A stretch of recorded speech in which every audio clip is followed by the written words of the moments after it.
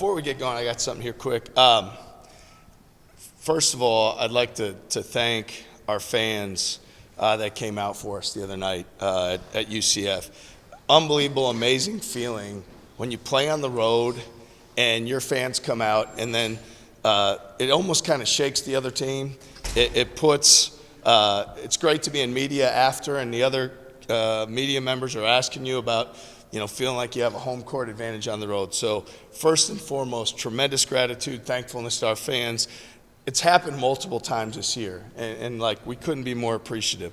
Now I know as we shift gears and come back to Hilton, we've also been fortunate to have the best home crowds I've ever been a part of, and I know that every one of these games has such a magnitude to it. This game is so important on Saturday, and so for everybody to come out, I don't know what the weather's going to be. I don't know, it's going to be cold. It might be snow. But the amazing thing for myself, our other coaches, everybody in our program, is how committed our fans are and how much they love our team, our program, and support us. And so I wanted to first of all make sure that we put that all out there, because our guys are excited to come back home and play in front of a raucous, passionate, fired up fan base on Saturday. The other thing I'll say is just in terms of as people are watching our guys and understanding our team, what I'll also say is many of the guys on our team and the things that they're doing truly are heroic. And so for me, it's an honor to have such guys on the team and in the program that work the way they do, because there's all these things that are uncommon that I think sometimes we have to realize are really not common, the things that they're doing individually and collectively. And so what happens oftentimes is I think you can take that for granted, or you cannot enjoy the moment the most. And for me, I almost look at the word enjoyment with a complacency to it, like you're letting your guard down, and we never let our guard down. But I would also say to everybody out there is what Taman Lipsey is doing and what he's been playing through is nothing short of heroic. He's literally the greatest winner I've ever been around. The guy has a broken thumb, practices hard every day, competes hard every game, and actually is hunting his three more and shooting it better because of his mental toughness. Let's never take that for granted. Milan, we've talked about his return. If everybody could see the return that he had, the work that he put in, the plyos, the effort, the energy, the sprints, he came back, because he's a great teammate and he's a competitor and he's a winner. He came back probably at least a week, if not two, prior than what anybody would have came back. And it had nothing to do with what was going on with our team. It had everything to do with him putting everything into that. And to me, that's heroic. And so we have so many of these things that are going on with our team and in our program that are amazing. And they're not things that you see every year, and they're not things you see every day. I think we're all at a point in time where, we're fortunate to have a group that plays with some toughness, right? Plays with some toughness and plays with togetherness, which everybody talks about modern era college basketball and, transfer portal and NIL and all these things like they're, the most negative things and everything is bad. But what I'd say is if our guys will continue to play with that same togetherness and toughness, man, how appreciative we all should be and how thankful we should be, how cool that is. And you saw it last game with Keyshawn. I mean, how he set the tone for us, moving the ball and making plays for his teammates, the dynamic floor leader, floor general, he made the right play over and over. What we said going to the game is there's two things that are going to win us the game. Let's get great shots, which he is a huge part of us getting great shots, and let's rebound the basketball. He has 7 defensive rebounds, and a lot of them where he's flying in traffic coming into it. Okay, that's a guy that says, I'm a leader, I want to win. Joshua Jefferson has continued to rededicate himself from a leadership standpoint. I think a lot of times when it's your first year in the program, you don't want to ruffle feathers with guys returning. Joshua Jefferson, his leadership, his poise. I mean, when people are making this comparison to George Niang, who is probably the best college player that I've ever been around, and when you're getting compared to George Niang and who he is and how he worked and how he does everything, I mean, that says everything you need to know about how well Joshua is playing and how much he's leading our team. And then, you can just continue to go through our roster from there. I get asked every time. Kurt Jones, how does he come off the bench? He's the most consistent player there is. There's not a more consistent player out there. Every single day he does the same thing. So whether he starts, comes off the bench, whatever's thrown at him, that consistency shows up for Kurt every single time that he takes the floor. And then when you look at guys that, we don't always gauge their offensive production as the value that they bring. Now you look at Nate Heisey getting on the floor for a loose ball, setting the tone last game, and those are like 5 or 6 point plays. Those aren't the 3 points that the Kurt or the Key, shot results of it. Those aren't 3-point plays. That's 5 or 6 point swings. There's 4 players on the other team and one Nate Heisey diving on the floor that ends in a Keyshawn 3. And then with Brant Chatfield, we call them hammers in our program. When you get offensive rebound, putback finish, when you get 2 of them on the road in the final 9-10 minutes of the game, like those are as much of a backbreaker as anything can be. And Deshaun Jackson, we're seeing more and more elite defensive performances from him. His communication, his energy, his enthusiasm. And I can go on down the line. I mean, I know with DeMarion, he's in a tough spot because obviously he's done some great things for us, and his opportunities are going to continue to come, just like they always have, and he will stay ready and do that. But again, that's something no one else does either. There's not another DeMarion Watson who's just always ready when the coach calls on him. And it may not be next game, and it may be next game. And it may be in the first half, and it may be in the second half. And so I think with all of this, as I've reflected, you're going from, you have this flight, and you're traveling from 80 degrees back to a blizzard, right? And you have all these things going through your mind. And to me, I get advice from people all the time that are like, live in the moment. Make sure you enjoy it. Hey, when it comes to your kids, it goes fast. Appreciate them when you have them. Where I feel so fortunate is I've been in this program for so long and so many years that I can appreciate this team even more.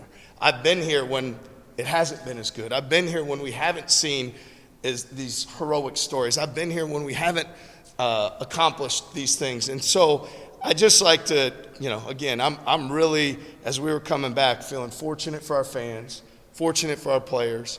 I know that most times coaches talk about grades and what they do in the classroom and the community. It's because the team's not winning. Our guys do those things, and things are going pretty well. And best GPA we've ever had as a team, the amount of emails I get from guys doing things in the community. And then the last thing I'll say on my rant here is the guys on our bench, how they come to practice every day, JT Rock, Caden Fish, Cade Kelderman, Noyes Indrusitis. I've already talked about, DeMarion, he hasn't got as many reps. Conrad Howley, how he's coming back from injury. Is there anybody I forgot? Didn't mention. I mentioned JT. Yeah. Here's what I'm saying. All these guys on the bench, when you look at our team dynamic on the bench, right, everybody's like, well, how do you get that? You don't just snap your fingers. Man, it's a credit to those guys, their attitude, their mindset, and mentality. Of course, Caden Fish and JT Rock and Cade Kelderman and Noyes, they all want to play. They all want to play. But I think I learned a lot. I've reflected a lot.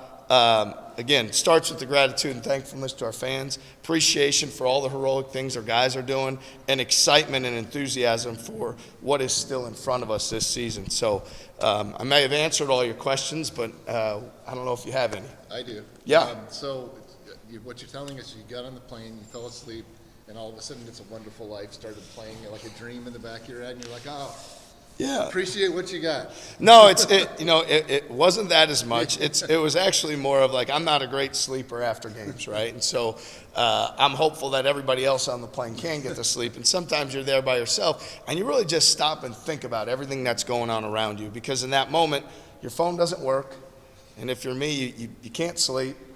You've already watched so much film that you're almost like you can almost overdo that as well because you're locked in. You watch the game, you watch your next opponent, you're breaking things down.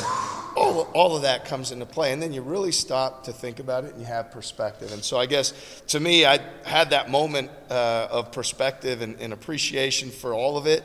And I guess I would just challenge our players, our fans, everybody that's a part of it, to take time for those moments too, because there's some really awesome things happening in front of our eyes. And if you don't really enjoy them and appreciate them, when they are happening, they can pass you by, and that's a shame when you miss out on those joys. Because like I said, I've been here when we hadn't had them. I've been here when we've been last in the league. I've been here as an assistant when things hadn't gone as well, and I think that's really helped shape me and benefit me and help me in so many ways. But yes, to your point, like a lot of reflection of what's happened, what's in front of us, and appreciation for all the people that are making this so awesome. How much of what you just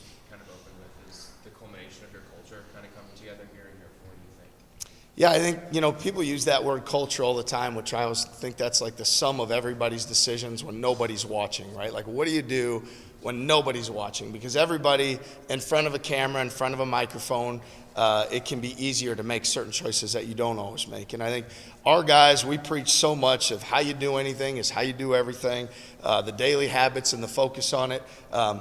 Again, our guys are probably, they didn't hear anything I just said, so as practice went on, they're probably like, hold on, is this the same guy that was just in practice going after us and challenging us? And yes, it is.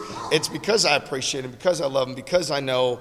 And so when you use the word culture, to me, it means so much more about the quality of the young people in your program, the decisions they make, the choices they make, and how they do that together. And I do feel really fortunate for that because we've had some adversity, and we're going to have more adversity as the season goes forward. But what I've seen is when adversity hit, Keyshawn Gilbert locked in and said, if winning this game is about making the right play and rebounding, count on me to do that. Joshua Jefferson said, at practice every day, count on me now to step up like I've been in this program for 3-4 years, not in my first year. And so to me, if that's what culture is, and that's a culmination of things over time, then again, we're fortunate to have that going on. I think it's the consistency of how you do everything over time that eventually comes around for you. It's not one heroic play or one heroic moment. It's what you do over a long period of time. And again, I know I'm talking more than normal. We watched yesterday a Jalen Hurts clip with our guys from 2017 Alabama, national title, when he gets benched for Tua Tagovailoa, and how he handled that moment with a camera on him. And so we're looking at it like, how do we gain strength from him? I know as a coach I know our young people have, and so it's really about that consistency. And then it comes around, people didn't think he could be an NFL quarterback, wouldn't get drafted, wasn't good enough to this, that, the other. Super Bowl champion, right? Elite winner, grit, competitor. And so I think, again, I know we all have expectations and things we want to go our way, but I also feel like we all need to be learning, and we all need to be in the moment as much as we can, and a lot of learning opportunities out there.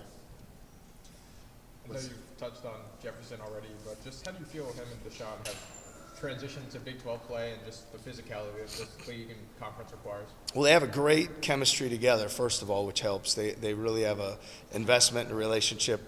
I always say to them before the game, look out for one another. Have each other's back, because there's plays on the glass, there's plays on the interior where you need those two guys to really, care about one another, and those two guys do. For Joshua, the physicality, you look at the start of the second half. Again, at halftime, we said this game is about rebounding. We're +9 in the second half. Joshua Jefferson takes that from the locker room, gets an and one as our first possession offensively, and that sets the tone for everything that you do. So leadership isn't as much about what you say, it's far more about what you do and your actions, and there's definitely things that we try to define and outline for our guys as importance. But what we've seen is Joshua brings a tremendous physical presence that impacts us in a positive way every single game.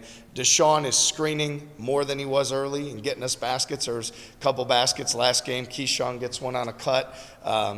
Kurt gets one on a back screen where Deshaun sets physical screens. And then we're seeing from Deshaun as well, defensively, the physical efforts that are showing up for him. And I think those are really paying off. Cincinnati, third straight, I think, opponent you've had at home that comes in on a winning streak, won 3 in a row. We know how talented they were, top 15 preseason. What impresses you about them? Well, they're playing tremendous confidence. I think so much of this is you look at timing and when teams encounter their portion of adversity, and then when do you play them? And obviously right now they're 3-game winning streak. Offensively, they're playing great. If you look at their team, you mentioned talented. I think what that really means is they've got a lot of gifted players that can produce in a lot of ways. Their guard, James, right now, Jizzle James, he's been electric. He's averaged 21 a game the last 3 games. I mean, he's really getting the spots and scoring the ball. You got to do a great job guarding him at the point, whether it's point of the screen or on penetration, because he's getting to his spots and his confidence is extremely high. You look throughout their team, they've shifted up, bringing Skillings off the bench, who's a really gifted scorer, and he comes in, and they have not the same as what we have with Kurt Jones, but they bring somebody off the bench who has that ability to score it. Lukosius, as a guy who's an elite shooter, I know that in league play he's had, teams have really tried to take him away, so his percentage isn't indicative of the great shooter that he is. And you go on down from there because Day Thomas is a really tough, competitive guard. Their team they're great in transition.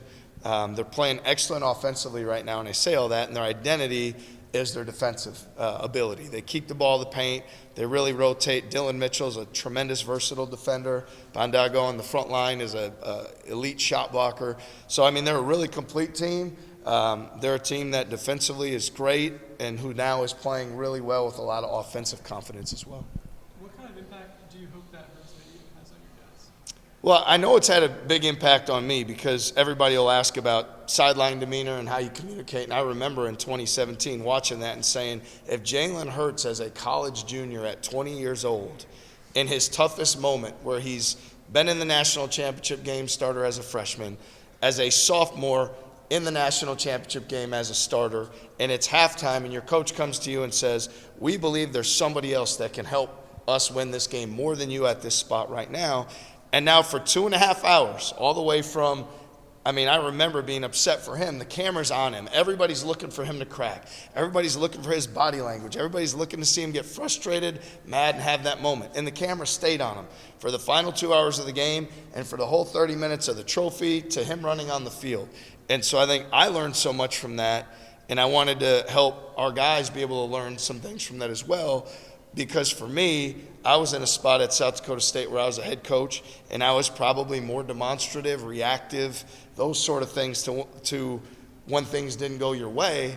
And now what you do with your team is you end up in a tough spot because you tell your team to play with poise and confidence and fight through adversity, but they're watching your actions saying, well, you're acting like a complete buffoon on the sideline, so why would you expect us to act in such a manner on the court? And so that moment for me, it was a big one because I really had to change and watch and clean things up and the way I was doing things to say my actions and how I look always need to speak louder in volumes far greater than the things that I say.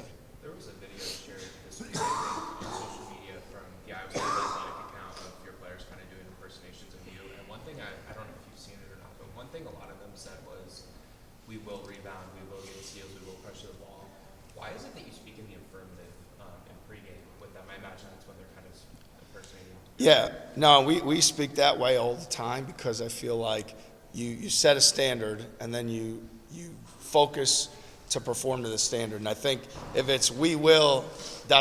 exclamation point, you're not asking, you're not negotiating, you're not worried about the last possession, you're not saying, hey, if we don't do this, then this will be the consequence. You're clearly outlining, defining the standard, and then you're putting an exclamation point at the end of it. This is how we will do this. And that's something that, to me, in terms of communication, setting the tone, I think is really important. I think the messaging has to be clear. I think the demands and the standard has to be clear. And it's important to me that our guys, even though they probably enjoy making fun of me or the things that I say, like a lot of us would of a former coach, a teacher, a parent, whatever, what I would say is as long as the messaging is clear, as long as that they're saying the same thing, they know what the standard is, and they know that we will perform to that standard, then at least I feel okay that the message is getting across regardless of all their impersonations and the things that they take shots at me for. When Deshaun came in, it sounded like he was definitely going to add a boost on the scoring end, but how would you say he's grown defensively as the season's gone on? Yeah, he's had, over the last 3 weeks, he's had multiple times we look at in our program impact defensive plays, right? And that could be a lot of different things that happen. And Deshaun's consistently moved himself toward the top of that list. And so his focus on that end has really helped our team. We've taken a step because for him, when you look at your identity as a player and you think, I'm an offensive guy, sometimes there can be slippage on that other end. But the pride he's taken in ball screen defense, the pride he's taken in rim protection, the pride he's taken on the glass, those things are huge. Those are winning things, and that we need him to do. So we see his skill. We see his ability to draw fouls, get to the rim, make plays, make shots. But we want the complete basketball player, Deshaun Jackson, every night out, and we're seeing more and more of that. And I know his best is still yet to come. Is Conrad doing better? I saw him, I think, with a jersey on. Yeah, he is. So again, we talked about Taman with the injury. We've talked about Milan. We don't give as much attention to Conrad because certainly he doesn't play in the realm of the games. But he's fought really hard to get back from his injury.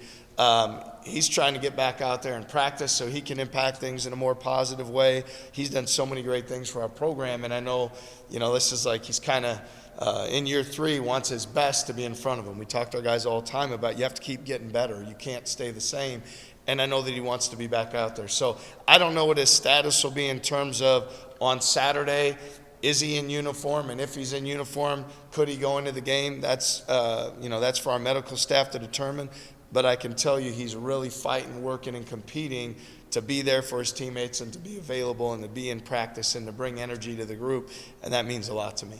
Circling back to, today's theme of heroics, how much, and you referenced what Keyshawn did and what Joshua did in the UCF game, but how much did that game kind of serve as emblematic of that? When you get Milan hits a three of them right away, doesn't hit another shot. Kurt scores 10 points in the first half, can't get anything to fall in the second, and everybody seemed to do a little something to make sure you got that one. Yeah, I do feel like Keyshawn set the tone for how we were going to play. Like, we're going to get great shots, and Keyshawn made sure of it. First possession, he makes an extra pass to Milan for the 3. That's leading by example. That's setting the tone. The amount of times that he made plays, had we had a better shooting night, better finishing night, all of a sudden he has 12 or 13 assists, and now, that becomes something, I shouldn't say that many. I guess it would have been 8 or 10 assists. And we're talking in a whole different manner. Instead of looking at it as 4, he could have very easily had 10. He could have. And so he set the tone, Keyshawn did, by making the right play, and keeping the ball on the move and getting his guys great shots. And then it's always, how that just goes is that, like, it comes back around to you, right? And so, like, he has some big-time finishes late in the game. He gets to the foul line late. He gets his 3 off Nate Heisey, out competing 4 guys for the basketball. So I'd give a lot of credit to Keyshawn in terms of the leadership, his focus, his mindset, his intelligence, and how he continued to make plays for everybody. It's a contagious effect, and we could see it the other night. I felt like our ball movement and sharing the ball was as good or better than it had been all year, and he was the catalyst for it.